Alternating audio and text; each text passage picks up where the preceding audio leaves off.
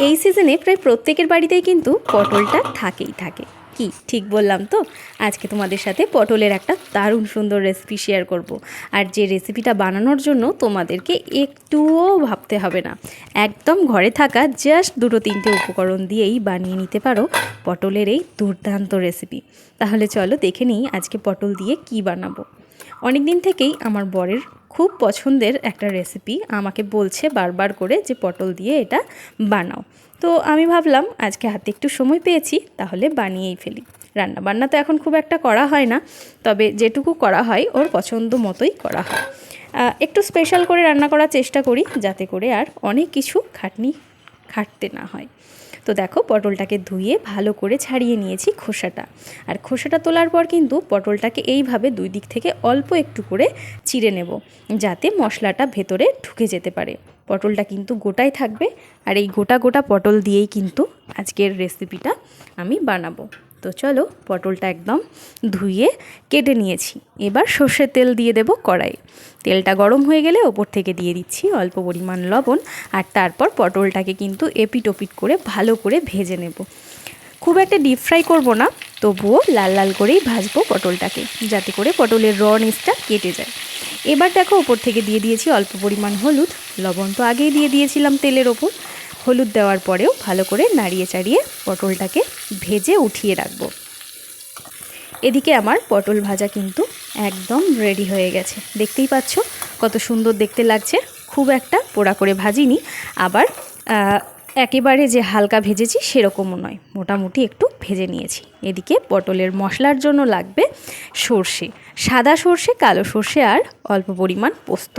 বলেছিলাম ঘরে থাকা কয়েকটা জিনিস দিয়েই কিন্তু তোমরা এটা বানিয়ে নিতে পারো। এবার পটল ভাজা তেলের মধ্যে ফোড়নে দিলাম একটু কালো জিরে, আর সাথে দেব শুকনো লঙ্কা। তারপর ভালো করে ফোড়নটাকে ভেজে নিয়ে মশলাটা কিন্তু এই তেলের মধ্যে দিয়ে দেব।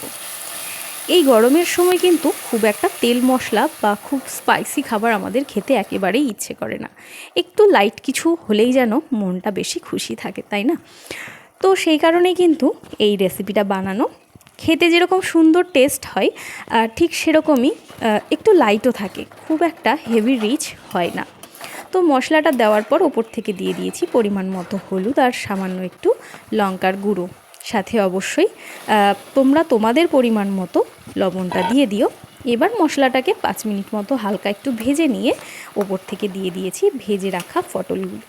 ভেজে রাখা পটলটা দিয়ে অল্প একটু নাড়াচাড়া করার পর যতটা পরিমাণ জল প্রয়োজন সেই বুঝে অল্প একটু জল কিন্তু আমি এই পটলটাতে অ্যাড করব। জলের পরিমাণটা কিন্তু খুব বেশি দেব না, কারণ এই যে মশলাটা, এটা জাস্ট পটলের গায়ে একটু লেগে থাকলেই কিন্তু বেশি ভালো লাগবে। খুব একটা ঝোল হলে একেবারেই ভালো লাগবে না। তো এইভাবে ঢেকে দেব এবার 5 মিনিট। 5 মিনিটের মধ্যেই কিন্তু যেটুকু জল দিয়েছিলাম সেটুকু কমে আসবে। দেখো, পটলের গায়ে লেগে থাকবে জাস্ট মশলাটা। অল্প একটু গ্রেভি হয়েছে, আর দেখতে কিন্তু খুব সুন্দর হয়েছে। খেতেও কিন্তু এর স্বাদ ভীষণই দুর্দান্ত। এই গরমের দিনে এভাবে একবার পটল পোস্ত রান্না করে দেখো, খুবই টেস্টি লাগে। আর অন্য কিছুর প্রয়োজনই হয় না। গরম গরম ভাতের সাথে এরকম যদি 2 পিস পটল থাকে, তাহলে আর কিছুই লাগে না। এবার জাস্ট ওপর থেকে একটু ছড়িয়ে দেব গরম মশলা, আর তারপর আমাদের রান্নাটা একদম কমপ্লিট হয়ে যাবে।